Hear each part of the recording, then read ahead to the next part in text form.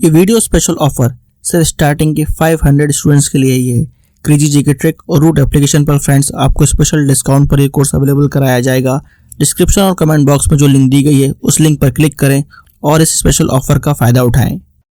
Hello friends, मैं हूं सिकंदर और आशा करता हूं कि आप अपने बेहतर भविष्य के लिए निरंतर प्रयास कर रहे होंगे। आज का जो अपना लेक्चर है बहुत ही बेहतरीन लेक्चर है, राजस्थान में सिंचाई परियोजना। जैसे कि हमने इससे पहले जो पढ़ा पर्यटन पढ़ा और उससे भी पहले आपने क्या पढ़ा, नदियां पढ़ी होगी, उससे संबंधित होगी काफी चीजें यहाँ पर, है ना। काफी नदियां आपको कहीं ना कहीं वापस देखने को मिलेगी।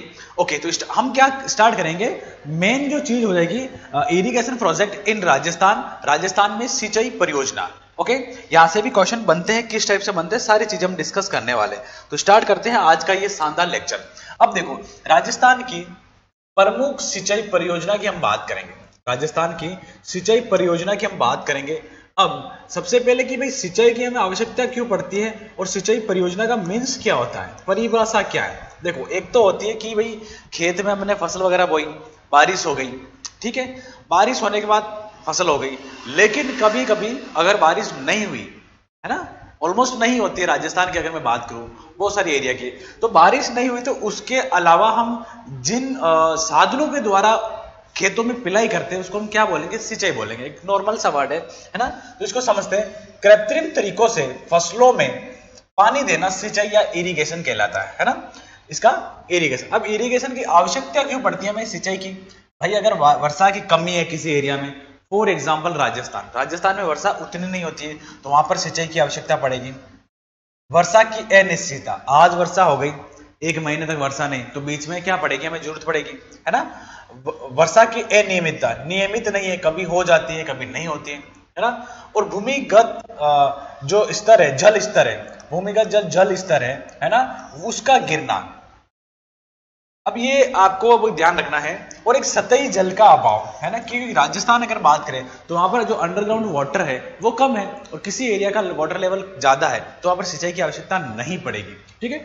इन सभी चीजों के बाद हमारे पास में आता है कि सिंचाई हमें इसलिए करनी चाहिए इन चीजों के लिए, जैसे वर्षा की कमी होगी तो सही करनी पड़ेगी, ये नॉर्मल चीज है। अब हम स्टार्ट करेंगे। राजस्थान में सतही जल संपूर्ण भारत का कितना है, मात्र 1.16% है।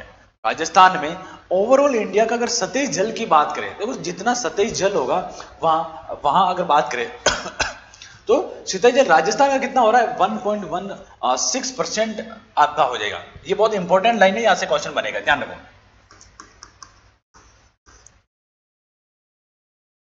देश का 51% फ्लोराइड है। अगर जल बात करें 51%, देश में जितना जल है उसका 51% फ्लोराइड जल हो जाएगा, ठीक है। और 42% लवणता वाला क्षेत्र हो जाएगा। ये कहां है, राजस्थान में। तो समझ सकते हो राजस्थान में खारा या लवणता या फ्लोराइड युक्त ज्यादा है, इसकी वजह भी हमें सिंचाई की आवश्यकता पड़ जाती है, ठीक है। राजस्थान की नवीनतम जल नीति 17 फरवरी 2010 को, इंपॉर्टेंट है, यहां से क्वेश्चन बनेगा, है ना। यहां से ये क्वेश्चन बनेगा कि राजस्थान की नवीनतम जल नीति कब आई। अगर मैं बात करूं 17 फरवरी 2010 को, राजस्थान की जल नीति आपके 17 फरवरी 2010 को आ जाएगी। राजस्थान में लगभग 2,23,25,51 हेक्टेयर क्षेत्र पर क्या होती, खेती होती। इस क्षेत्र पर क्या हो रही, खेती हो रही है ना। परंतु राज्य के आंतरिक जल स्रोत की सतही क्षमता अनुमानित आपके हो जाएगी 15.86 MAF हो जाएगा, मिलियन एकड़ फीट, है ना। MAF का मतलब हो जाएगा मिलियन एकड़ फीट हो जाएगा। कितना है, 15.86। राजस्थान के आंतरिक जल की सतही क्षमता जो है वो आपके इतनी हो जाएगी, 15.86 MAF हो जाएगी। ये जल राजस्थान के 15 नदी बेसिनों में है ना। जो ये जल है ना, ये आपके कितने 15 नदी बेसिनों में। यहां से भी क्वेश्चन बन सकता है कि राजस्थान में जो सतही जल है वो कितनी नदी बेसिनों से है, तो 15 जल नदी बेसिनों से हो जाएगा। और कितना हो जाएगा आपको ध्यान रखना, 15.86 MAF, मिलियन एकड़ फीट, इसका फुल फॉर्म हो जाएगा, ध्यान रखना। अब हम देखेंगे कि अगर सिंचाई की जरूरत पड़ रही है तो सिंचाई की जरूरत पड़ने के बाद हम क्या क्या साधन यूज करेंगे, है ना, क्या क्या सोर्स है हम अपने पास जिसे हम इरिगेशन या सिंचाई कर सकते हैं। तो फर्स्ट सोर्स आपका जो हो जाएगा कुएं एंड नलकूप, है ना, या कुएं के द्वारा कर सकते हैं, वेल एंड ट्यूबवेल, ट्यूबवेल के द्वारा अपन क्या कर सकते हैं, इरिगेशन कर सकते हैं, सिंचाई कर सकते हैं। तो हम देखते हैं, सबसे पहले इसमें देखेंगे कुएं एंड नलकूप देखेंगे। राजस्थान में सर्वाधिक सिंचाई कुओं व नलकूप से होती है, ध्यान रखना। राजस्थान में जो सबसे अधिक सिंचाई होगी वो कुओं एंड नलकूप से हो जाएगी। राज्य में कुओं व नलकूप से लगभग 67.13% सिंचाई होती है। राजस्थान के अगर मैं बात करूं कुएं से कितने परसेंट सिंचाई होती है, 67.13 सिंचाई जो हो जाए परसेंट सिंचाई हो जाएगी वो आपके कुएं और नलकूप से हो जाएगी। तो कुएं और नलकूप की सबसे अधिक मात्रा हो जाएगी, ध्यान रखना, सबसे अधिक मात्रा हो जाएगी। कुओं व नलकूप में सर्वाधिक सिंचाई नलकूप या ट्यूबवेल से होती है। अगर दोनों की भी बात करें, इन दोनों में से भी अगर परसेंटेज किसका हो जाएगा, ट्यूबवेल का हो जाएगा। किसका हो जाएगा, ट्यूबवेल का हो जाएगा, ध्यान रखना, ट्यूबवेल का हो जाएगा। अगर मैं बात करूं ट्यूबवेल का कितना, तो 48% हो जाएगा। ट्यूबवेल का कितना हो जाएगा, 48% हो जाएगा। जैसा कि आप देख पा रहे होंगे राजस्थान में ट्यूबवेल नलकूप से सिंचाई 48.77% हो जाती है ना। तो सबसे अधिक अगर सिंचाई पूछी जाए और ऑप्शन में कुएं व नलकूप अलग अलग है तो आपका आंसर होगा नलकूप हो जाएगा। आपका आंसर क्या हो जाएगा, नलकूप हो जाएगा, ये ध्यान रखना। राजस्थान में कुओं से सर्वाधिक सिंचित जो जिला है ना, सबसे अधिक कुओं से सिंचाई कहां होती है भाई, जयपुर में होती है। इंपॉर्टेंट है, यहां से पूछा जाएगा, है ना, क्या पूछा जाएगा, कुओं से सबसे अधिक सिंचाई कहां होती है। और राजस्थान में कुओं से न्यूनतम सिंचित जिला कौन सा हो जाएगा, गंगानगर। क्यों, यहां पर तो क्या नहर है, इंदिरा गांधी नहर आ जाएगी, तो कुएं से क्यों करेंगे, अगर नहर आ रही है तो कुएं से नहीं करेंगे, ये आपको ध्यान रखना। राजस्थान में नलकूपों से सर्वाधिक सिंचित जिला, अगर केवल नलकूप की बात करें तो भरतपुर हो जाएगा। केवल अगर नलकूप की बात आई तो भरतपुर हो जाएगा। और अगर मैं बात करूं राजस्थान में नलकूपों से न्यूनतम सिंचित जिला हो जाएगा, उदयपुर हो जाएगा। क्यों, यहां पर क्या है, झीलें है, तो झीलें ज्यादा है, तो यहां पर क्या इस नलकूप का सबसे कम यूज होगा, कम उपयोग होगा। कुओं से सबसे अधिक जयपुर, कुओं से सबसे कम गंगानगर, नलकूप से सबसे अधिक भरतपुर और नलकूप से सबसे कम उदयपुर। ये आपको चार चीजें याद रखनी, यहां से क्वेश्चन बनने की संभावना बहुत ज्यादा हो जाती है। चलिए अब इसके बाद नहर से सिंचाई। राजस्थान में सिंचाई की दृष्टि से दूसरा स्थान किसका आता, नहर का आता है ना। दूसरा स्थान नहरों से आ जाएगा, जैसे इंदिरा गांधी नहर, गंगा नहर। राजस्थान में नहरों से लगभग 30.51% सिंचाई होती है राजस्थान में। अगर मैं बात करूं कुएं और नलकूप से कितनी हो रही है, आपके 67.13% भाग पर हो रही से हो रही है। और केवल अगर बात करें 30 तो आपका क्या हो जाएगा, नहर से हो रही है। राज्य में नहरों से सर्वाधिक सिंचित जिला गंगानगर। सबसे अधिक नहर से सिंचाई कौन से जिले में होती है, तो वो ध्यान रखना गंगानगर, आपको ध्यान भी होगा। इंदिरा गांधी नहर अगर बात करें तो वहां पर अधिक मात्रा में सिंचाई करती है। राज्य में नहरों से न्यूनतम सिंचाई चूरू में होगी, सबसे कम सिंचाई ध्यान रखना चूरू में हो जाएगी। राज्य में न्यूनतम सिंचाई नहरों से कौन सी जगह हो जाएगी, चूरू में हो जाएगी, ये ध्यान रखना। अब इसके बाद थर्ड आता नंबर तालाब। तालाब से भी सिंचाई होती है। राजस्थान में सिंचाई की दृष्टि से तीसरा स्थान है तालाबों का, और राज्य में तालाबों से लगभग 2.36% सिंचाई होती है। राज्य में तालाबों से सर्वाधिक सिंचित जिला भीलवाड़ा। इंपॉर्टेंट, भीलवाड़ा बहुत बार पूछा गया। तालाब आते आपके दिमाग में क्या आना चाहिए भाइयों, तालाब जैसे आए तो तालाब से सिंचाई, तालाब से सिंचाई जैसे है तो आपके दिमाग में यही आना चाहिए कि भीलवाड़ा में सबसे अधिक तालाबों से सिंचाई होती है। भीलवाड़ा याद रखना, इंपॉर्टेंट है, बहुत बार पूछा भी गया है, तो इसको आपको याद करना। नोट क्या कह रहा है, तालाबों व बांधों की नगरी किसे बोलेंगे, अगर मैं बात करूं भीलवाड़ा को बोलेंगे। तालाब और बांधों की नगरी किसे बोलेंगे, तो भीलवाड़ा को बोल देंगे। तालाबों एंड बांधों की नगरी भीलवाड़ा। ओके, चलिए आगे। अब इसके बाद जो आ रहा है झील, झील से भी सिंचाई होती है। झीलों की नगरी उदयपुर है, तो झीलों में सर्वाधिक सिंचाई कहां से होगी, उदयपुर में होगी। झीलों में सबसे अधिक है ना, लेक की बात हो रही है। लेक से सबसे अधिक जो अगर बात करें सिंचाई कहां से होगी, तो आपको ध्यान रखना कि सबसे अधिक जो हो जाएगी आप उदयपुर में। और झीलों की नगरी कौन सी है, उदयपुर में। लेक सिटी ऑफ राजस्थान वो हो जाएगी उदयपुर। झरनों से होती है सर्वाधिक सिंचाई बांसवाड़ा में, है ना, झरनों से। और झरनों की नगरी हम किसे बोलेंगे, बांसवाड़ा को बोलेंगे। तो झरनों से सबसे अधिक बांसवाड़ा। तो वापस एक बार देख लेते हैं, कुएं और नलकूप। कुओं से सबसे अधिक आ रही है आपके, अगर मैं बात करूं कुएं से जो सबसे अधिक हो जाएगी जयपुर हो जाएगी। और नलकूप से कहां हो जाएगी आपके, भरतपुर में हो जाएगी। तालाब से कहां हो जाएगी, भीलवाड़ा। नहर से अगर बात करें गंगानगर, है ना, नहर से गंगानगर हो जाएगी, देख पा रहे होंगे। नहरों से गंगानगर हो जाएगी, तालाब से आपके भीलवाड़ा हो जाएगी, झील से उदयपुर और झरनों से आपके बांसवाड़ा में हो जाएगी। राजस्थान में सर्वाधिक सिंचाई वाला जिला, सबसे अधिक सिंचाई कौन सी सभी से, वो हो जाएगा आपका गंगानगर। वो कौन सा हो जाएगा आपका गंगानगर हो जाएगा। ये आपको ध्यान रखना। सबसे अधिक अगर मैं बात करूं, सबसे अधिक मैं बात करूं अगर केवल और केवल सभी टाइप की सिंचाई जो हो रही गंगानगर में होगी। राजस्थान में न्यूनतम सिंचाई वाला जिला राजसमंद हो जाएगा। इसमें सबसे कम सिंचाई होती है किसमें, राजसमंद में सिंचाई कम होती है, ध्यान रखना, सबसे कम सिंचाई। राजस्थान में प्रतिशत के आधार पर सर्वाधिक सिंचाई वाला जिला भी गंगानगर, परसेंटेज के आधार पर भी गंगानगर हो जाएगा, और राजस्थान में प्रतिशत के आधार पर न्यूनतम सिंचाई वाला जिला चूरू हो जाएगा। ये डिफरेंस है, थोड़ा ध्यान रखना। राजस्थान में न्यूनतम सिंचाई राजसमंद, राजस्थान में प्रतिशत के आधार पर न्यूनतम सिंचाई चूरू हो जाएगा।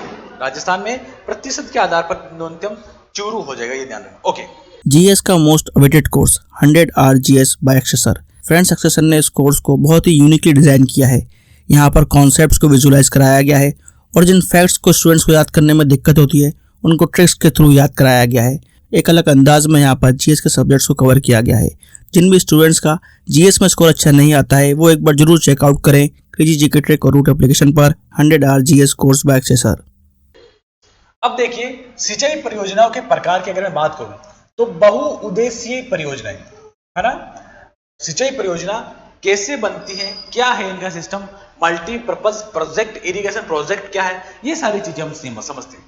देखो, बहुउद्देशीय परियोजनाएं जिनका जल जिनका जल बहुत से उद्देश्य के लिए काम में लिया जाता है ना। जैसे अगर मैं बात करूं, ये जैसे अगर बात करें, ये नदी है, ये क्या है, ये नदी है। अब ये नदी कोई सी भी मान लो, ये नदी है। अब इस नदी पर यहां पर हमने क्या किया, डैम बनाया, बांध बनाया, ये बांध बना दिया गया। बांध बनाने के बाद इसके जल को रोक लिया हमने। रोकने के बाद अपने हिसाब से हम यहां पर क्या कर रहे हैं, इससे नहर निकाल रहे हैं इस गांव के लिए, या यहां से इस गांव के लिए, ये क्या नहर निकाल रहे हैं हम। तो क्या है, ये कौन से प्रोजेक्ट बोलेंगे इसको बहुउद्देशीय परियोजना प्रोजेक्ट बोलेंगे। क्यों बोलेंगे, क्यों इस किसी भी नदी पर बांध बनाने के बाद उसके बहुत उद्देश्य हो जाएंगे। एक जैसे फॉर एग्जांपल हम वहां पर क्या कर सकते हैं, दूसरे जिले को पानी पहुंचा सकते हैं, टरबाइन लगाकर विद्युत का उत्पादन कर सकते हैं। अगर इस नदी में बाढ़ ज्यादा आता आगे वाले एरिया में तो इसको स्टोर करके बाढ़ को नियंत्रण कर सकते हैं। बहुत सारी चीजें का हमारा यूज हो जाता है। जैसे उद्देश्य बाढ़ पर नियंत्रण, विद्युत का उत्पादन, सिंचाई व्यवस्था, जैव विविधता संरक्षण। जैव विविधता, जैसे अगर मैं बात करूं, यहां पर पानी स्टोर करेंगे तो ये पूरा क्या हो जाएगा, स्टोर हो जाएगा, और यहाँ पर जीव जंतु पानी भी पी सकते हैं। रुके हुए पानी से, ठहरे हुए पानी से पानी भी पी सकते हैं। आसपास का एरिया एकदम से हरा भरा हो जाएगा। ठीक है, तो बहुउद्देशीय परियोजना के ये उद्देश्य हो जाएंगे, ध्यान रखना। यहां से भी क्वेश्चन बनने की संभावना हो जाती है। बहुउद्देशीय परियोजना के प्रकार, बहुउद्देशीय परियोजना के प्रकार कौन कौन से हो जाएंगे, ये आपको ध्यान रखना है। बहुउद्देशीय परियोजना के प्रकार की अगर मैं बात करूं, 3 प्रकार है, वृहद परियोजना, मध्यम परियोजना, लघु सिंचाई परियोजना।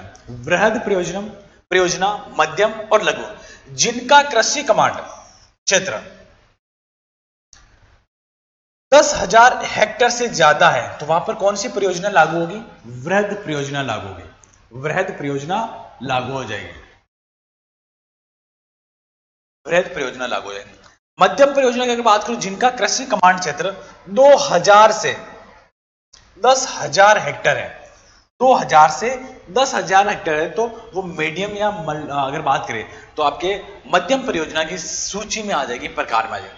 लघु सिंचाई परियोजना, जिनका कमांड क्षेत्र 2000 हेक्टेयर से कम है, वो आपके हो जाएगी लघु सिंचाई परियोजना हो जाएगी। ऑलमोस्ट जो वृहद सिंचाई परियोजना वो 1 से 2 राज्यों में पाई जाती है, मध्यम और अगर बात करें आपके वृहद। लेकिन लघु जो होगी आपके कहीं ना कहीं अगर बात करें एक ही स्टेट से संबंधित हो जाएगी। सॉरी, है ना, ये चीज समझ में आई होगी। अब देखो, नोट क्या कह रहा है कि पंडित जवाहरलाल नेहरू ने बहुउद्देशीय परियोजनाओं को आधुनिक भारत का नवीन मंदिर का, बहुउद्देशीय परियोजनाओं को आपके अगर बात करें तो किसने, पंडित जवाहरलाल नेहरू ने आधुनिक भारत का नवीन मंदिर का। देखो, मंदिर मतलब एक बहुत ही आस्था का केंद्र, पवित्र केंद्र जहां हम पूजा करते हैं। तो पंडित जवाहरलाल नेहरू ने उनको मंदिर के समान माना, कि जितनी अहमियत आप मंदिर की समझते हो, आस्था से समझते हो, उसी की अगर मैं बात करूं तो बहुउद्देशीय परियोजना आपके उतनी ही इंपॉर्टेंट हो जाएगी। एक तुलना करना, इसका मतलब बहुउद्देशीय परियोजना अपने आप में बहुत बड़ी एक परियोजना हो जाती है इनके अगर बात करें तो ये प्रोजेक्ट। अब फर्स्ट हम देखेंगे बहुउद्देशीय परियोजना में, पहली देखेंगे कौन सी, जैसे हमने देखा था वृहद, मध्यम और लघु। अब हम स्टार्ट करेंगे वृहद परियोजना, और वृहद परियोजना में हम स्टार्ट करने वाले भाखड़ा नांगल बांध परियोजना। कौन सी परियोजना? भाखड़ा नांगल बांध परियोजना। अब भाखड़ा नांगल बांध परियोजना क्या है, इसको पूरा समझते हैं। भाखड़ा नांगल बांध परियोजना एक नदी, उसका नाम है सतलज नदी। कौन सी नदी है? सतलज नदी पर बनाई गई है ना, सतलज नदी पर। जैसे मैंने पहले बात की थी, सतलज नदी ये है, और इस नदी पर क्या किया, बांध बना दिया गया। बांध हमने बनाया है ना, ये बांध बनाया कौन सा? भाखड़ा बांध। ये कहां बनाया? बिलासपुर, हिमाचल प्रदेश में। इसके पीछे जो झील बनी उसका नाम क्या है? गोविंद सागर झील। बांध के पीछे हमेशा क्या बनेगी? स्टोर पानी हो जाएगा, झील बनेगी। अब भाखड़ा बांध से 13 किलोमीटर दूर, 13 किलोमीटर दूर एक बांध और है, उसका नाम है नांगल बांध। ये आपके रोपड़ पंजाब में हो जाएगा, है ना। ये 13 किलोमीटर दूर है, कहां से? भाखड़ा से। पूछा जाएगा भाखड़ा बांध से नांगल बांध के मध्य दूरी कितनी है, तो ध्यान आपको रखना है 13 किलोमीटर हो जाएगी, है ना। ये सतलज नदी पर स्थित है, और इसके पीछे कौन सी झील है? गोविंद सागर झील है। और भाखड़ा बांध अगर बात करें तो आपके बिलासपुर हिमाचल प्रदेश में हो जाएगा, और नांगल बांध का हो जाएगा आपके रोपड़ पंजाब में हो जाएगा। इनको साथ बोला जाता है भाखड़ा नांगल बांध परियोजना। भाखड़ा और नांगल के बीच में 13 किलोमीटर का डिफरेंस है, ध्यान रखना। अब देखिए, अब राजस्थान का हिस्सा कितना है भाई? राजस्थान का हिस्सा जो हो जाएगा, हमें तो राजस्थान से मतलब है, हम राजस्थान पढ़ रहे हैं, तो राजस्थान का जो हिस्सा हो जाएगा इसमें 15.22%। एक बार क्वेश्चन पूछा गया, राजस्थान का हिस्सा इसमें कितना है? 15.22% हिस्सा राजस्थान का हो जाएगा, किसमें? भाखड़ा नांगल बांध परियोजना में। चलिए इसको अब देखो, यहां से क्या नांगल बांध है, नांगल से 2 नहरें निकाली गई, 120 दोआब नहर पंजाब में, एक नांगल नहर पंजाब और हरियाणा में, है ना। यहां से नहरें निकाल दी गई, और इसके बाद इस बांध से आगे राजस्थान को भी जलापूर्ति, यानी 15% का फायदा राजस्थान को भी होता है। चलिए, ये भारत की सबसे बड़ी बहुउद्देशीय परियोजना, भारत की सबसे बड़ी बहुउद्देशीय परियोजना कौन सी हो जाएगी? भाखड़ा नांगल परियोजना। ये परियोजना राजस्थान, पंजाब, हरियाणा की संयुक्त परियोजना है, आरपीएच, है ना, आरपीएच, राजस्थान पंजाब हरियाणा की संयुक्त परियोजना। ये भी पूछी जाए, हर एक लाइन में क्वेश्चन है, ध्यान रखना। भाखड़ा नांगल परियोजना की शुरुआत मार्च 1948 में हुई, है ना। कब शुरुआत हुई? मार्च 1948 में शुरुआत हो गई। भाखड़ा नांगल की कुल विद्युत क्षमता हो जाएगी, ध्यान रखना, 1534.3 मेगावाट। 1534.3 मेगावाट क्या हो जाएगा आपका? भाखड़ा नांगल की खुद विद्युत कैपेसिटी हो जाएगी, क्षमता हो जाएगी। यहां पर 1534 मेगावाट विद्युत का उत्पादन होता है। राजस्थान का भाखड़ा नांगल में हिस्सा 15.22%, मैंने जैसे बात की। इंपॉर्टेंट ये हो जाएगा, राजस्थान में कितना हिस्सा है? 15.22, है ना। राजस्थान में कितना हिस्सा हो रहा है इसका? 15.22% इसका हिस्सा हो जाएगा। भाखड़ा नांगल परियोजना से राजस्थान के 2.3 लाख हेक्टेयर क्षेत्र पर सिंचाई सुविधा उपलब्ध है। कितने परसेंट पे भाई? यहां से क्वेश्चन बनेगा, यहां से ये बनेगा कि 2.3 लाख हेक्टेयर। हर परियोजना को आपको 2-3 चीजें याद रखना है। वृहद परियोजना में राजस्थान और अन्य राज्यों का हिस्सा होगा। राजस्थान का हिस्सा कितना है? राजस्थान के कितने हेक्टेयर पर सिंचाई हो रही है? राजस्थान के कौन कौन से जिलों में सिंचाई हो रही है? ये 3-4 बातें अगर आप पकड़ लोगे तो आपका क्वेश्चन कभी गलत नहीं जाएगा, और ये आपके बार बार रिपीट भी होते हैं। कितना क्षेत्र हो जाएगा? 2.3 लाख हेक्टेयर क्षेत्र पर सिंचाई उपलब्ध है। भाखड़ा नांगल परियोजना पर 2 बांध बने हुए हैं। एक आपका भाखड़ा बांध, ये बांध बिलासपुर हिमाचल प्रदेश में सतलज नदी पर बना है, स्थित है, और इसकी आधारशिला कब रखे? 1955 में इसको बना दिया गया। 1948 में ये परियोजना स्टार्ट हो गई थी, और इस बांध की आधारशिला जो हो जाएगी आपकी, अगर मैं बात करूं तो आपकी कब हो जाएगी? और 1955 में इसकी आधारशिला हो जाएगी। ठीक है, चलिए। सिविल सर्विसेज के लिए सबसे affordable course friends crazy GK trick और रूट एप्लीकेशन पर अवेलेबल है आरएम 2.0।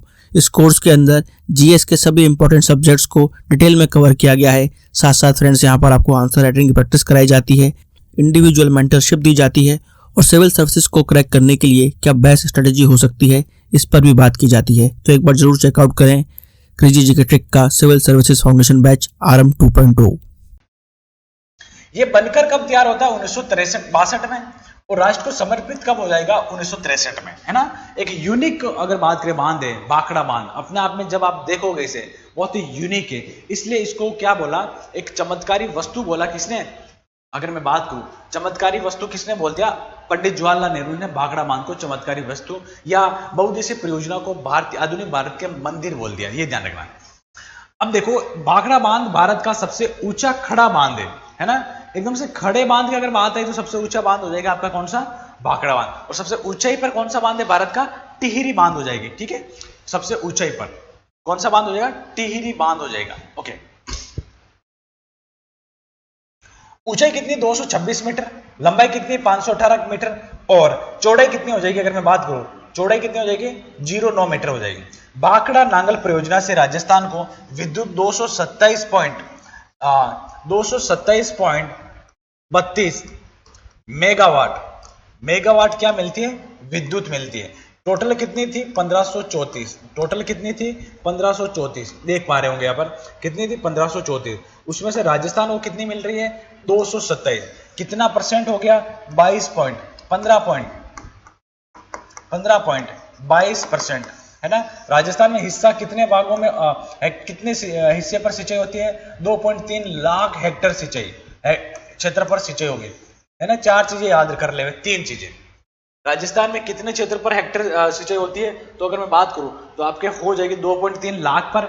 राजस्थान में कितने मेगावाट विद्युत आता है? 227। और राजस्थान का कितना हिस्सा है? तो 15.22। 3 चीजें अगर याद है तो भाखड़ा नांगल से कभी क्वेश्चन गलत नहीं जाएगा। और पूछा क्या जाता है आजकल परियोजना से?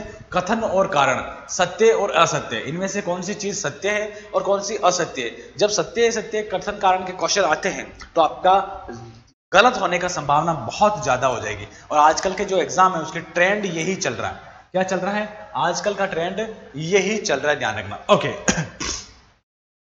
भाखड़ा नांगल परियोजना से राजस्थान के गंगानगर, अनूपगढ़ और हनुमानगढ़, नीमका थाना, चूरू, सीकर और झुंझुनू को विद्युत प्राप्त होती है। ध्यान रखना, है ना। अधिकतर मात्रा में हनुमानगढ़, गंगानगर और अनूपगढ़ को आपके, और सीकर से नया जिला नीमका थाना और गंगानगर से नया जिला बना अनूपगढ़ को, और चूरू सीकर आपके झुंझुनू को क्या विद्युत प्राप्त हो रही है ना। जो 227 मेगावाट है इन जिलों में आपका विद्युत मिलता है। भाखड़ा नांगल परियोजना से राजस्थान में सर्वाधिक सिंचाई अगर बात करें एक जिले की तो हनुमानगढ़। भाखड़ा नांगल हनुमानगढ़ में सबसे अधिक सिंचाई करता है। कहां पर करता है? हनुमानगढ़ क्षेत्र में सबसे अधिक सिंचाई कर रहा है। यह आपका क्वेश्चन बनने की संभावना हो जाएगी। चलिए आगे, नांगल बांध की बात करें। यह बांध रोपड़ पंजाब में स्थित है और कौन सी नदी पर हो जाएगा? सतलज नदी पर, है ना। कि सर आपने बता दिया है। और नांगल बांध भाखड़ा बांध से कितना किलोमीटर नीचे है? तो अगर बात करें 13 किलोमीटर नीचे हो जाएगा। ये आपका कौन सा बांध है और ये कौन सा बांध? देखो, ये आपका नांगल बांध। कौन सा बांध है? नांगल बांध। कि सर ये कहां है? पंजाब में। और ये कौन सा बांध है? आपका भाखड़ा बांध। कि सर ये कहां पर है? एचपी। कि सर एचपी मतलब हिंदुस्तान पेट्रोलियम? नहीं, हिमाचल प्रदेश। इसके बीच में कितनी डिस्टेंस है?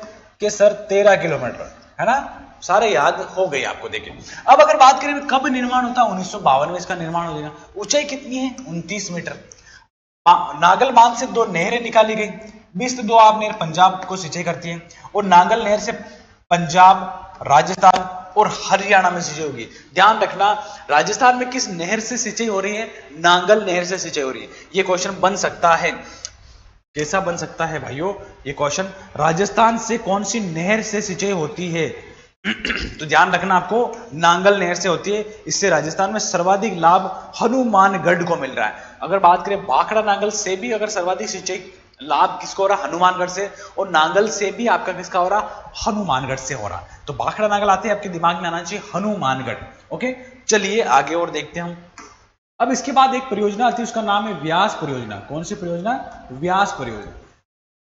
अब ये परियोजना राजस्थान, पंजाब और हरियाणा की संयुक्त परियोजना। ये भी आपकी किसकी हो जाएगी? आरपीएच की, है ना। व्यास परियोजना में राजस्थान का हिस्सा हो जाएगा 20%, है ना। उसमें कितना? भाखड़ा नांगल में 15.22%। अब देख पा रहे होंगे हिमाचल प्रदेश से एक नदी निकलती, उसका नाम है व्यास नदी। अब व्यास नदी ये चली गई। लेकिन व्यास नदी की अगर बात करें, इस पर दो बांध बने हुए हैं, पंडोह बांध और पोंग बांध। व्यास नदी पर पंडोह बांध और पोंग। देखो सिंचाई परियोजना क्या है, किसी भी नदी पर बांध बना दिया, बांध बनाने के बाद उससे अलग अलग जगहों पर लेफ्ट राइट दाएं बाएं भाग में जो गांव है वहां पर पानी पहुंचाना, ये परियोजना क्या सिंचाई परियोजना है। ठीक है, अगर वहां पर हम क्या करेंगे, बांध बनने के बाद टरबाइन के द्वारा विद्युत का उत्पादन भी कर सकते हैं और उसी पानी को हम सिंचाई के लिए भी भेज सकते हैं। तो दो काम हो गए अपने। अब दो काम ही पूछे जाते हैं भाई, राजस्थान में कितना विद्युत आता है, 227 बाखड़ा नांगल से, कितना परसेंट हिस्सा हो जाएगा, 15.22%। कितनी भागों में सिंचाई होती है, तो 2.3 लाख हेक्टेयर पर सिंचाई होती है। बहुत ईजी है, क्यों हार्ड ले रहे हो, इतना लोड नहीं लेना आपको। देखो हर चीज पर लोड लेकर अगर आप पढ़ोगे तो जिंदगी में एकदम से प्रेशर रहेगा आपका, है ना। बिना बिंदास होकर चीजों को समझो, नहीं समझ में आ रही है तो बार बार देखो, एक से बार, दो बार, तीन बार समझ में आ जाएगी, है ना। ठीक है, बार बार पढ़िए आपको, तो आप समझ पा रहे हो कितने बांध हो जाएंगे, पोंग बांध और पंडो बांध, कितना परसेंट हिस्सा हो जाएगा 20% हिस्सा हो जाएगा। चलिए व्यास परियोजना, व्यास परियोजना राजस्थान का हिस्सा 198 मेगावाट हो जाएगा, है ना। 20% हिस्सा आया।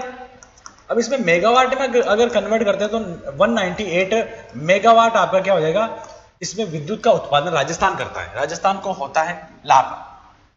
रावी व्यास जल परियोजना के जल बंटवारे को लेकर राजस्थान, पंजाब और हरियाणा के मध्य विवाद हो गया, है ना। रावी व्यास का जो जल है, व्यास नदी पर जो बने हुए बांध, इन जल को लेकर लड़ाई हो गई भाई, किनके, राजस्थान, पंजाब और हरियाणा, इन तीनों राज्यों की संयुक्त परियोजना है। अब इस विवाद को सुलझाने के लिए एक कमीशन की स्थापना की गई, वो है जिसके लिए इराडी कमीशन 1966 की स्थापना की गई।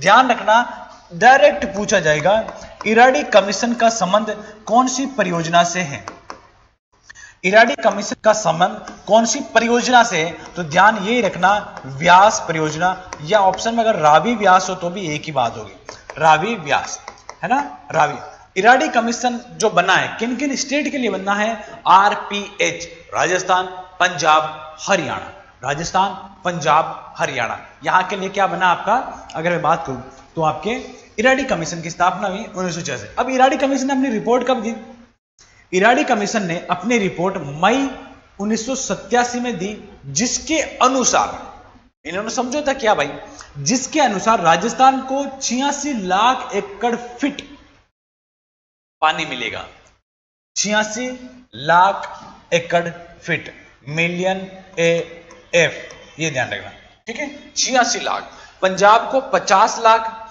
हरियाणा को 38.3 लाख। तो सबसे अधिक किसको मिल रहा है, राजस्थान को, कितना मिल रहा है, 86। ये समझौता किसके तहत हुआ, इराडी कमीशन, 86 1986, 86 1986, ये ध्यान रखना आपको। व्यास परियोजना से राजस्थान, पंजाब, हरियाणा को 21 लाख हेक्टेयर भूमि पर सिंचाई सुविधा उपलब्ध है। कितनी लाख हेक्टेयर पर सिंचाई सुविधा हो जाएगी, 21 लाख हेक्टेयर भूमि पर सिंचाई हो जाएगी। ये लेकिन आपके तीनों की बात हो जाएगी, ठीक है, ओके। चलिए, इस परियोजना से राजस्थान को 8.6 MAF जल में से, है ना, कितना जल मिला, देखो 8.6 MAF, है ना, MAF, या MAF नहीं होगा, है ना, क्योंकि यहाँ पे तो करोड़ लाख आ गया, तो यहाँ पे तो क्या है 86 लाख ही होगा। अगर इसी को हम MAF में करेंगे तो 8.6, है ना, 8 मिलियन हो जाएगा, 8 मिलियन हो जाएगा, 8.6 मिलियन हो जाएगा, है ना, ठीक है। तो यहां पर क्या था, 8.6 MAF, इसको मैं ये भी लिख सकता हूं 86 लाख एकड़ फीट, और इसका 8.6 MAF भी आ सकता है, दोनों ध्यान रखें, 8.6 MAF भी आ सकता है MAF में, और 86 आएगा तो लाख में आएगा, ध्यान रखना, ठीक है। इसमें से ये आपको मिला, इसमें से देखो 7.89 MAF जल इंदिरा गांधी नहर को प्राप्त होता है। देखो आपको अगर बात करूं व्यास से अगर पानी जो आता है, कितना पानी आता है, 8.6 आता है सर, आपने बताया।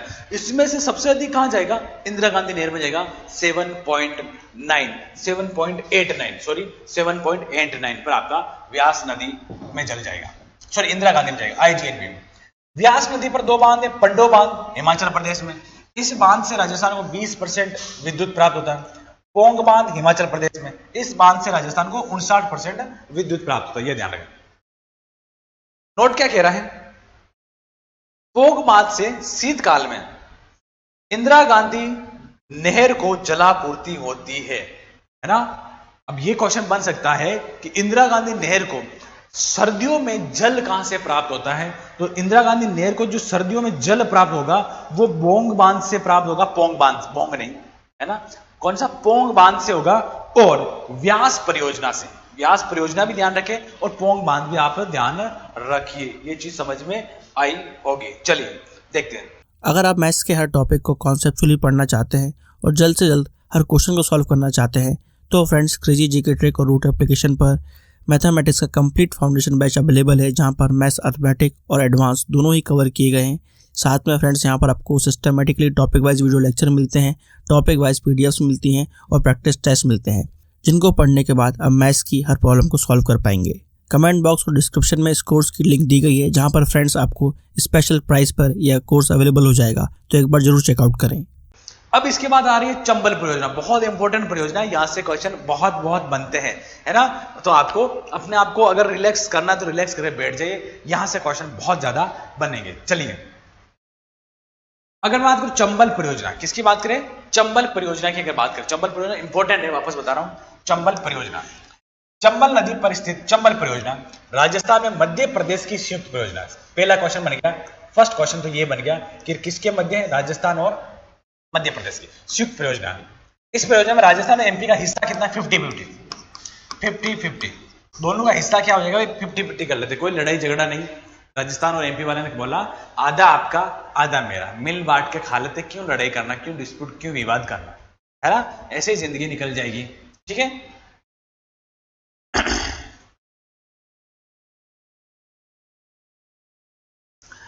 तो 50-50 हो जाएगी, यहां से क्वेश्चन बनता है, हर परियोजना का परसेंटेज पूछा जाएगा। चंबल घाटी परियोजना के 3 चरण हैं। अब तीनों चरण को समझते हैं। जैसे एमपी से ये नदी निकलती है, कहां से निकलेगी, ये नदी एमपी से निकलेगी, एमपी से, है ना। इस नदी को हमने डिस्कस भी किया था, नदी में पढ़े था। एमपी से निकलने के बाद ये राजस्थान होते हुए आपके राजस्थान होते हुए यमुना में जाके मिल जाएगी, और यमुना में इटावा एक जगह है, इटावा एक जगह है, और इटावा के पास अगर मैं बात करूं तो एक इटावा कहां हो जाएगा, आपका यूपी में हो जाएगा। यहां जाकर किस में मिल जाएगी, इस यमुना में मिल जाएगी, इस यमुना। ये तो भी नॉर्मल स्टोरी। अब इस पर जो फर्स्ट बांध बना हुआ है वो गांधी सागर बांध बना हुआ है, ये एमपी में बना हुआ। इसके बाद बना हुआ राणा प्रताप सागर बांध, इसके बाद जवाहर सागर बांध, और इसके बाद लास्ट में कोटा बैराज। एक क्वेश्चन तो ये भी पूछा जाता है कि चंबल पर, है ना, उद्गम से अंत तक जो क्रम से बांध है उनको बताइए, है ना। जी गांधी हो जाएगा, GRJK, है ना, GRJK, ये आप याद कर सकते हो। गांधी सागर बांध, राणा प्रताप और जवाहर सागर, कोटा बैराज। सबसे पहले जो चरण की बात हो रही, सबसे पहले चरण में बने थे गांधी सागर बांध 1959 और कोटा बैराज 1960, ये पहले चरण की बात है। अगर आपसे पूछा जाएगा फर्स्ट चरण में कौन सा बना, तो फर्स्ट चरण में जो बना गांधी बना और लास्ट का कोटा बैराज बना।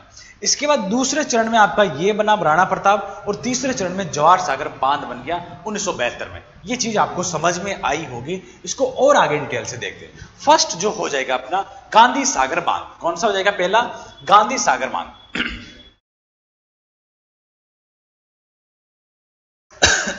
गांधी सागर बांध, ये बांध मंदसौर जिला मध्य प्रदेश राजस्थान की सीमा से 8 किलोमीटर दूर है।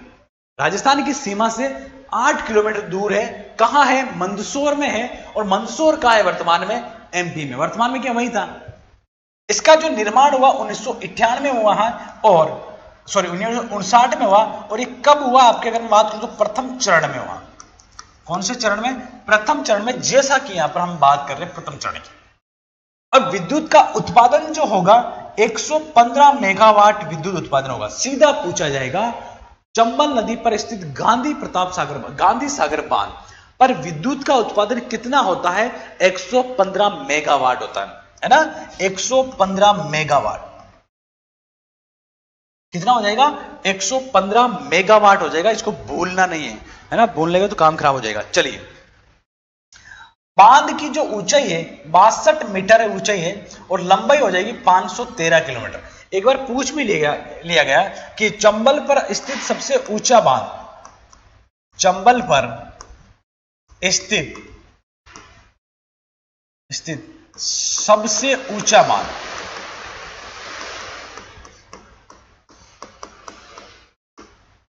सबसे ऊंचा बांध जो हो जाएगा वो आपका कौन सा हो जाएगा? अगर बात करूं तो गांधी सागर बांध हो जाएगा, गांधी सागर बांध हो जाएगा। ये ध्यान रखना, इंपॉर्टेंट लाइन लिख रहा हूं मैं। इसकी जो ऊंचाई है वो कितनी है? 62 मीटर। इसकी ऊंचाई भी पूछी गई और इसका नाम भी पूछा गया, दोनों चीजें ध्यान रखें, है ना। गांधी सागर बांध चंबल नदी का सबसे ऊंचा बांध है। राजस्थान का चंबल नदी पर स्थित सबसे बड़ा बांध है ना। राजस्थान का चंबल नदी पर स्थित सबसे बड़ा बांध कौन सा हो जाएगा? अगर मैं बात करूं तो गांधी सागर बांध हो जाएगा, है ना। चंबल, लेकिन राजस्थान का तो नहीं होगा, है ना। चंबल का सबसे बड़ा बांध हो जाएगा, क्योंकि यहाँ पे मंदसौर में है चंबल। चंबल नदी पर स्थित सबसे बड़ा बांध कौन सा हो जाएगा आपका? गांधी सागर बांध हो जाएगा, ठीक है। गांधी सागर है, मध्य प्रदेश में आएगा ये, ठीक है। ओके, चलिए आगे। इसके बाद हम देखेंगे कोटा बैराज। कोटा बैराज भी कब बना आपके? कौन से चरण में बना? प्रथम चरण, ये पूछा जा सकता है। कौन से चरण में बना? प्रथम चरण में बना। कब बना आपके अगर बात करें तो 1960 में बना, 1960 में बना। ये है कहां पर? बोरावास कोटा, है ना, ध्यान रखना। बोरावास कोटा 1960 में इसका निर्माण होता है। कोटा बैराज चंबल नदी पर स्थित एकमात्र बांध है जिससे सिंचाई होती है, विद्युत का उत्पादन नहीं होता है। कोटा बैराज से केवल और केवल क्या होती है भाई? वो सिंचाई होती है। यहां पर अगर मैं बात करूं, विद्युत का उत्पादन नहीं होगा आपके।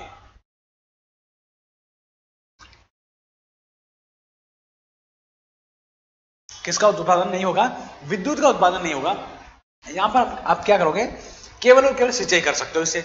ये राजस्थान का सर्वाधिक कैचमेंट एरिया वाला बांध है। देखो, सर्वाधिक अगर बात करें, जल ग्रहण जो आता है, जल ग्रहण,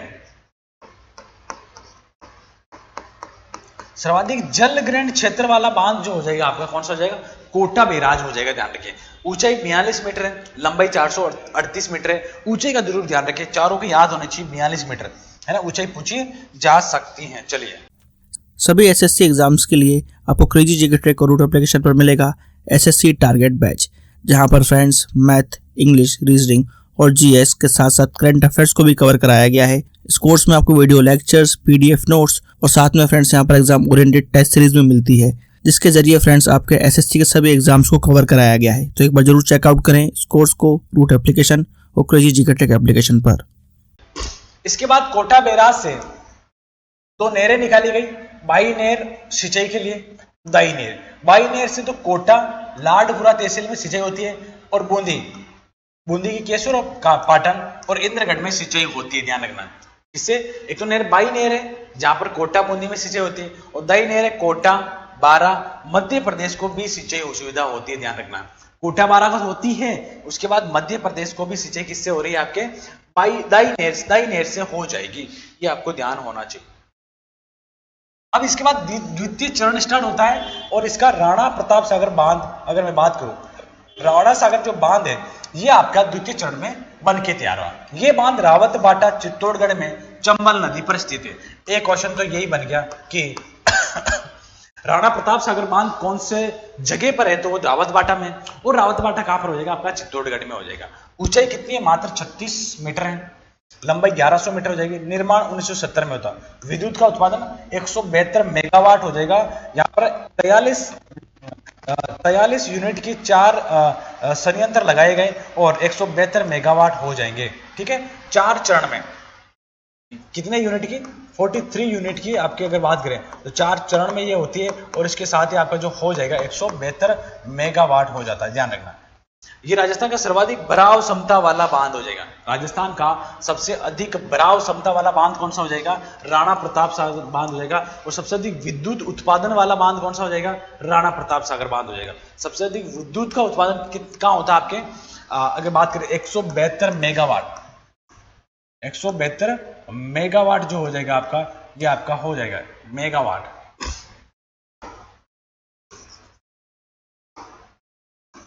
डब्ल्यू कर लो, ठीक है। चलिए, चंबल नदी पर राजस्थान में सबसे बड़ा बांध राणा प्रताप सागर बांध है ना। चंबल नदी पर सबसे बड़ा बांध मध्य प्रदेश का है, कौन सा है? अगर मैं बात करूं तो एक तो हमने देखा कौन सा, एक तो हमने देखा गांधी सागर। चंबल नदी पर स्थित सबसे बड़ा बांध, चंबल का सबसे बड़ा बांध गांधी सागर। लेकिन अगर इसी को हम बात करें कि राजस्थान का सबसे बड़ा बांध कौन सा है चंबल नदी पर स्थित, तो वो हो जाएगा राणा प्रताप सागर बांध। राणा प्रताप सागर बांध है ना, ठीक है। राणा महाराणा बड़े ही थे। रावतबाटा परमाणु विद्युत,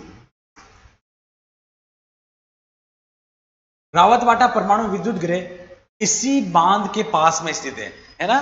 भारत में टोटल अगर बात करें परमाणु गृह कितने जगहों पर है ना, तो 6 जगहों पर है। परमाणु गृह कितनी जगह पर हो जाएगा?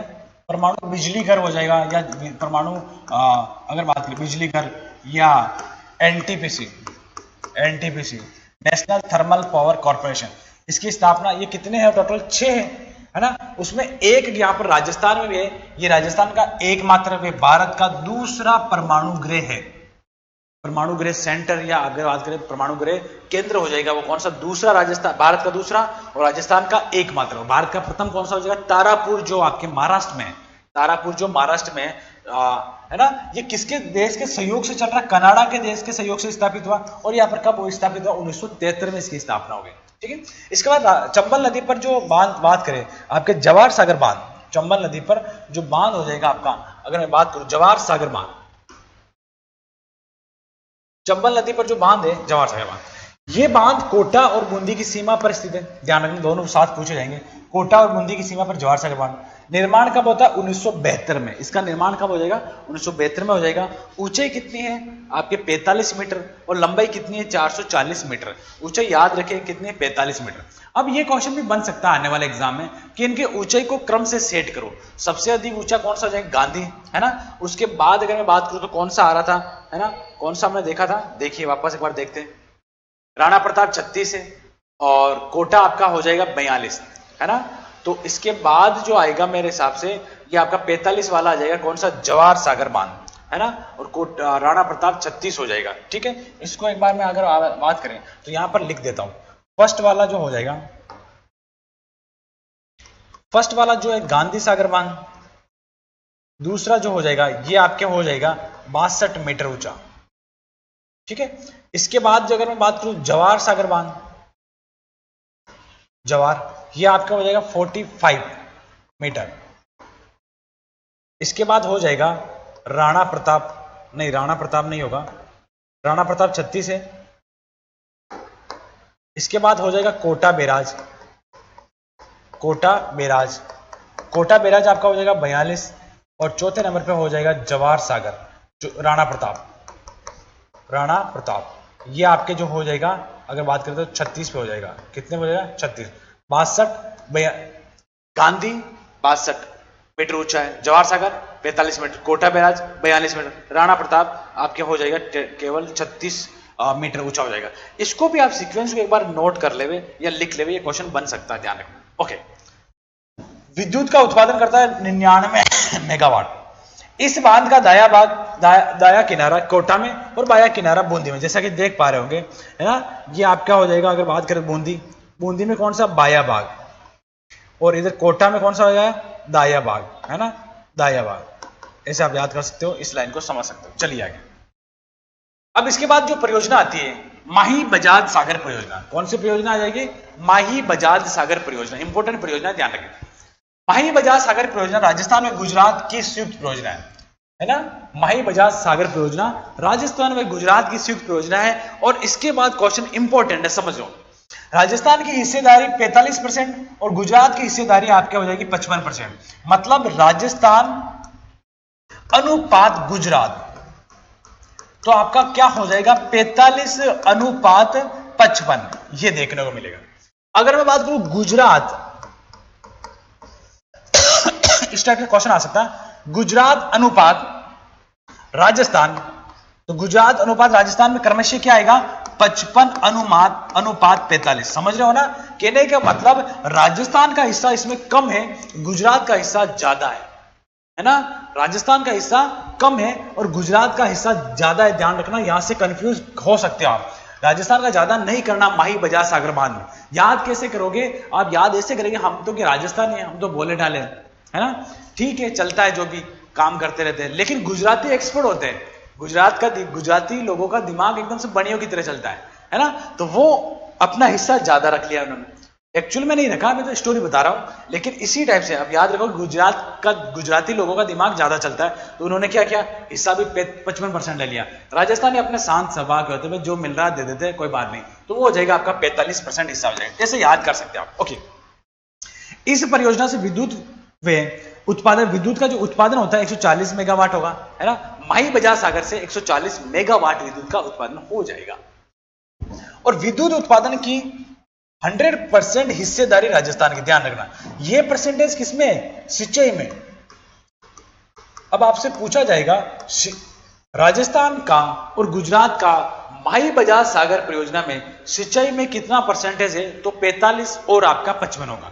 लेकिन आपसे पूछा जाए माही बजाज सागर बांध से विद्युत उत्पादन में राजस्थान का हिस्सा कितना है और गुजरात का कितना हिस्सा है? तो 45-50 नहीं करना, 100% राजस्थान का, 100% राजस्थान का है विद्युत के मामले में। इसमें जो भी विद्युत का उत्पादन होगा इस बांध से, वो सबका यूज कौन करेगा? अपना राजस्थान करेगा, है ना? इतने बोले भी नहीं हम। चलो सिंचाई में तो आप जो कर रहे हो ठीक है, लेकिन विद्युत का मामला आया और हमने अपना रख दिया, हम तो पूरी विद्युत लेंगे, बाकी ये प्रोजेक्ट में काम ही नहीं करेंगे। ठीक है, तो राजस्थान वाले एक्सपर्ट भी होते हैं। ठीक है, चलिए 1966 में राजस्थान वे गुजरात के बीच निर्माण हेतु समझौता हुआ। कब हुआ? 1966 में। और 1972 में इसका निर्माण आरंभ हो गया। लाभान्वित जिले बांसवाड़ा और डूंगरपुर है। राजस्थान के 2 जिलों में सिंचाई का लाभ मिलता है, बांसवाड़ा और डूंगरपुर। और सर्वाधिक लाभ अगर बात करूं तो बांसवाड़ा मिलेगा, माही बजाज सागर बांध, है ना? माही बजाज सागर बांध जो आपका कहां है? बांसवाड़ा में। माही बजाज सागर बांध परियोजना का निर्माण 3 चरणों में होता है। इसका भी कितने चरणों में होता है? 3 चरणों में इसका निर्माण हो जाता है। चलिए, क्रेजी जीके ट्रिक लाया है आप सभी के लिए करंट अफेयर्स का वन स्टॉप सोल्यूशन। इस पैकेज में आपकी करंट अफेयर्स की हर प्रॉब्लम का सोल्यूशन है। यहाँ पर आपको ईयरली, मंथली, वीकली, डेली हर करंट अफेयर्स को टॉपिक वाइज सिस्टमेटिकली कवर किया जाता है।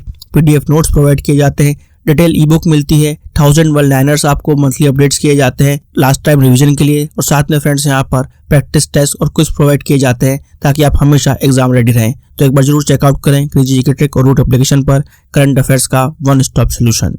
पहली चरण माही बजाज सागर बांध। प्रथम चरण में क्या बना? आपके माही बजाज सागर बांध बन गया। कौन सा बांध बन गया भाइयों? माही बजाज सागर बांध बन तो गया है। ओके, ये कहां है माही बजाज सागर बांध? बोरखेड़ा बांसवाड़ा माही नदी पर। कहां हो जाएगा? बोरखेड़ा बांसवाड़ा माही नदी पर हो जाएगा।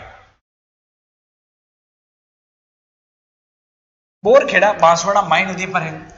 ये राजस्थान का सबसे लंबा बांध है। लंबाई कितनी है? 3109 मीटर। पहले पढ़ चुके हैं। इसका जल ग्रहण क्षेत्र याद रखें 6240 6240 किलोमीटर स्क्वायर है राजस्थान में, है ना? अब पूछा आपसे क्या जाएगा, माही बजाज सागर बांध का जल ग्रहण कितना है? तो आपको याद हो जाएगा 6240। मतलब इसमें से राजस्थान का कितना है? 1890। इंपॉर्टेंट हो जाएगा। और बचा हुआ आपका कौन सा हो जाएगा? गुजरात का हो जाएगा।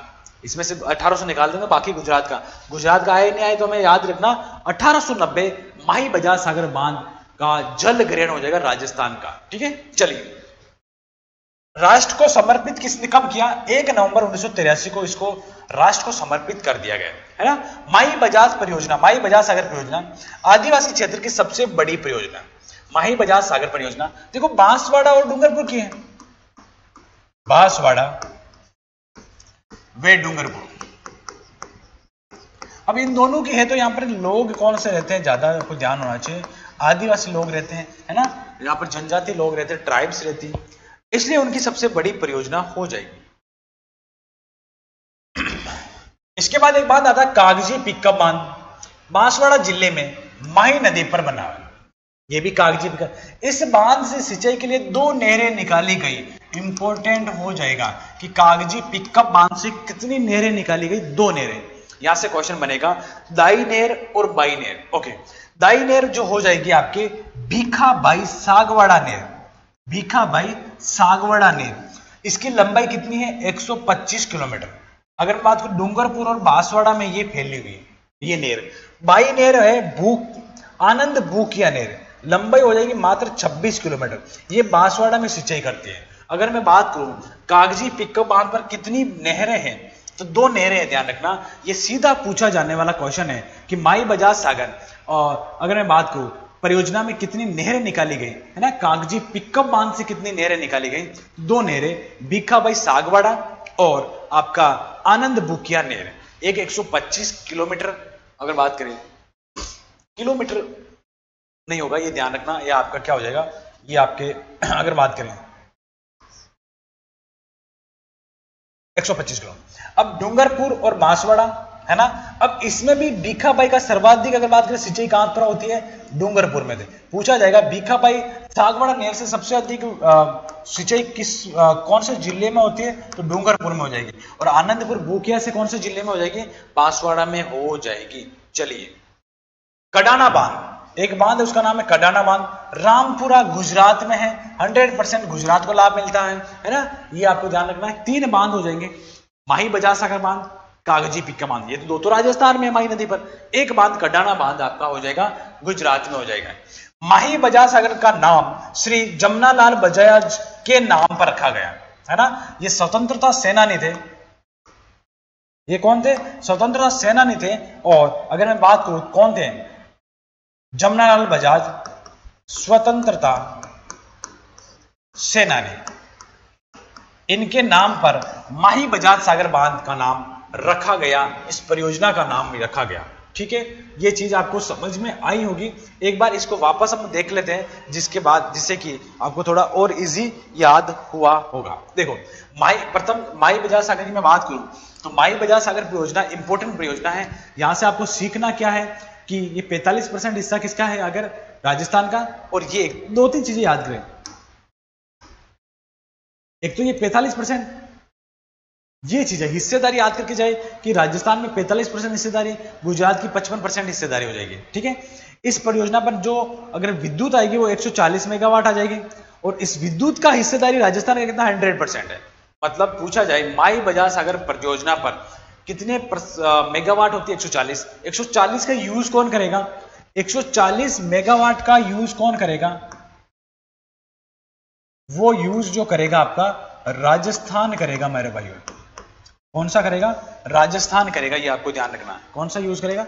राजस्थान आपका यूज हो जाएगा। ठीक है, इसका निर्माण 1972 में होगा।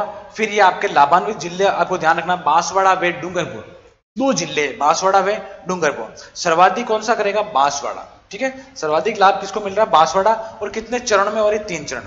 पहला माही बजाज सागर बांध बांसवाड़ा में है और बोरकुंड बोरखेड़ा पर सबसे लंबा बांध है, 3109 मीटर। इंपॉर्टेंट है। इसका जल ग्रहण हो जाएगा 32-62-40 किलोमीटर।